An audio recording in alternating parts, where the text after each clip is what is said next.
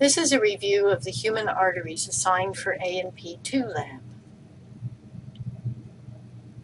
In this diagram, you can see the layout of all of the systemic arteries. Remember that the systemic arteries are the arteries that come off of the aorta. So here you can see the major arteries coming off of the aorta, going up to the head, out to the arms. Here is the ascending aorta, aortic arch, and descending aorta, which ends by splitting into the common iliacs, which then carry the arteries down to the legs. We will also look at the arteries of the abdomen. Here is a close-up of the aorta and some of its major branches. As you learned when you studied the heart, the first branches off the aorta are actually branches of the ascending aorta, the right and left coronary arteries. They are the only branches off the ascending aorta. There are three branches off of the aortic arch. The brachiocephalic artery goes to the right side of the head and arm, and the left common carotid goes to the left side of the head, and the left subclavian goes to the left arm. After the aorta finishes this turn, it becomes the descending aorta.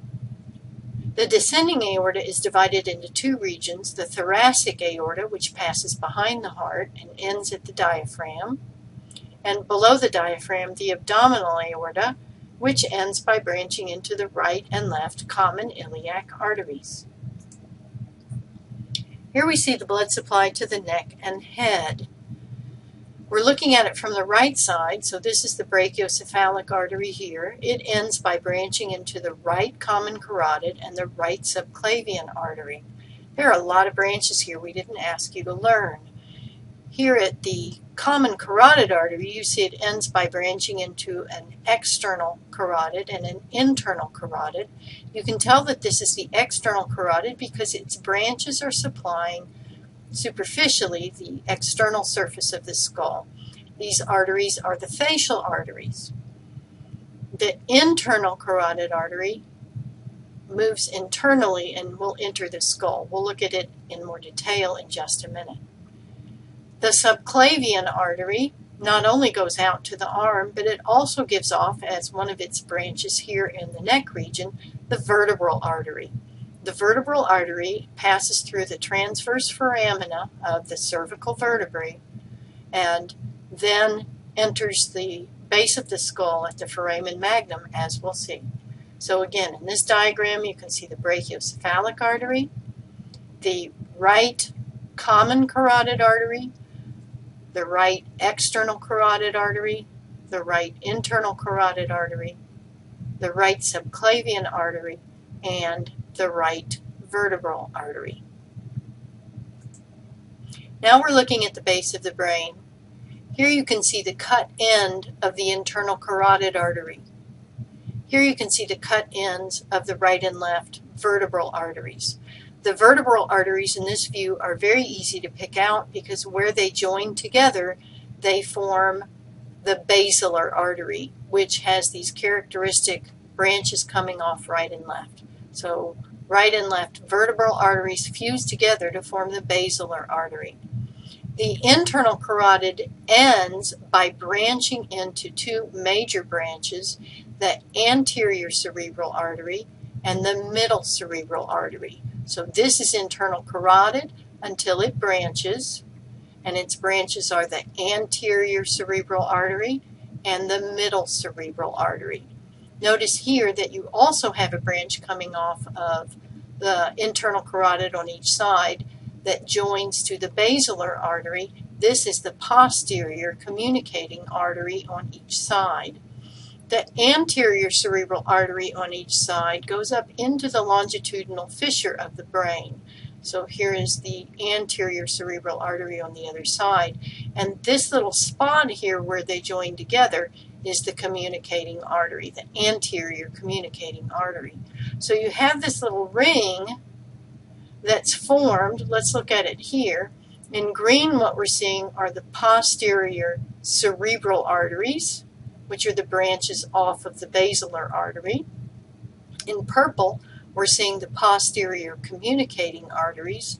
In gold, we're seeing the internal carotid arteries. In red here laterally, we're seeing the middle cerebral arteries. In bright blue, we're seeing the beginnings of the anterior cerebral arteries. And in yellow, we're seeing the anterior communicating artery. All right, here we're looking at the aorta with the heart removed. Here you can see a little bit of the cut end of the ascending aorta. Here's the aortic arch, and then this is the thoracic aorta, or the thoracic region of the descending aorta. Again, looking at the branches off of the aortic arch, you have on the right side a brachiocephalic artery, only about an inch long. It ends by branching into the right common carotid artery and the right subclavian artery. Here's the left common carotid artery. Here's the left subclavian artery. And then off of the descending aorta, you see repeatedly these little arteries that are supplying the rib cage, and those are the intercostal arteries. The abdominal aorta begins at the end of the diaphragm. The abdominal aorta begins as the aorta penetrates the diaphragm. It ends by branching into right and left common iliac arteries. The branches that we've assigned you to learn off the abdominal aorta include 2 branches of paired vessels and 3 unpaired vessels. The first pair of vessels is easy to identify because it's going to the kidneys. That's the renal arteries. Here is the second pair. Those are the gonadal arteries. In a male, those would be testicular arteries. In a female, they would be ovarian arteries. When the reproductive organs are not shown, as in this picture, we just call them gonadal arteries. Here are our 3 unpaired arteries: the celiac, the superior mesenteric, and the inferior mesenteric. The celiac is the first major branch right below the diaphragm. It gives off 3 major branches, which we will see: 1 to the stomach, the left gastric artery; 1 to the spleen, that's the splenic artery; 1 to the liver, which is sometimes called the common hepatic artery or just hepatic artery. The superior mesenteric artery supplies the upper regions of all of the intestinal organs, and the inferior mesenteric artery supplies all of the lower regions. That includes both small intestine and any nearby regions of the large intestine. Here are the right and left common iliac arteries. They end by branching into the external iliac artery and the internal iliac artery. So once you get your bearings, here's the end of the aorta. This must be common iliac, so its first branches are going to be internal iliac, supplying the pelvic organs, and external iliac, which is continuous with the femoral artery. If you're in the abdominal cavity, if you're within the abdominal cavity, we call it external iliac artery. Once we get out of the abdominal cavity, we're actually going to be in the lower limb, and that's when it's called femoral artery. Here we see the branches of the celiac trunk with the organs in place. So here you can see the spleen, here's the stomach, and here is the liver. So that makes it easier to identify. Here you can see this branch is clearly coming off and going to what we call the lesser curvature of the stomach. That's the left gastric artery. This branch is clearly going all the way over here. It supplies the pancreas, but it ends at the spleen. That's the splenic artery. And here is the hepatic artery going to the liver. There are other branches off of the branches of the celiac trunk. We don't assign them. So as long as you know the left gastric, the splenic, and the hepatic arteries as branches of the celiac trunk, you're in good shape. Notice there is a right gastric. It's a branch off the hepatic, but it's not assigned. Here you can see the branches off the superior mesenteric supplying most of the colon. The small intestinal branches are not shown in this picture because the small intestine's been removed, but here clearly you can see the superior mesenteric supplying the ascending colon, much of the transverse colon, and here you can see the inferior mesenteric supplies the sigmoid colon and most of the descending colon. Notice there's some overlap.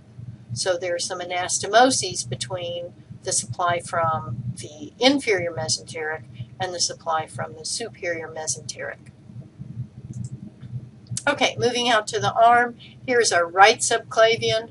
We're going to, in the region of the armpit, call it the axillary artery. Once we're well into the arm, it's the brachial artery. Again, it has major branches that we have not assigned you to learn.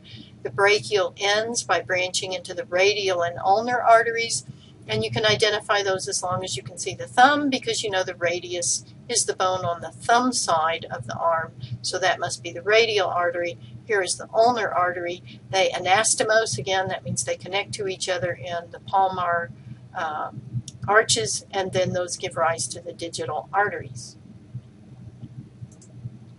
In the lower limb, we'll start with the common iliac. Again, common iliac here, internal iliac here, external iliac until it leaves the abdominal wall. Once it passes through the abdominal wall, now it's the femoral artery. Again, there's some major vessels there we didn't assign. Femoral artery, as it passes behind the knee, is called the popliteal artery. We can see that better over here. We're looking at a posterior view here, so you're looking at a posterior view of the knee joint here, popliteal artery, just behind the knee. Below that, the popliteal ends by branching into an anterior tibial artery and a posterior tibial artery. So in your wire models in lab, you'll see this vessel come to an end as it branches.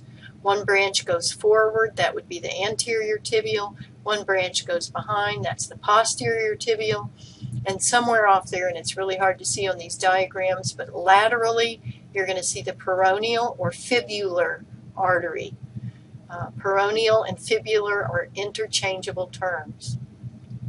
If you follow the anterior tibial artery down, you come to the top of the foot, which is the dorsum of the foot.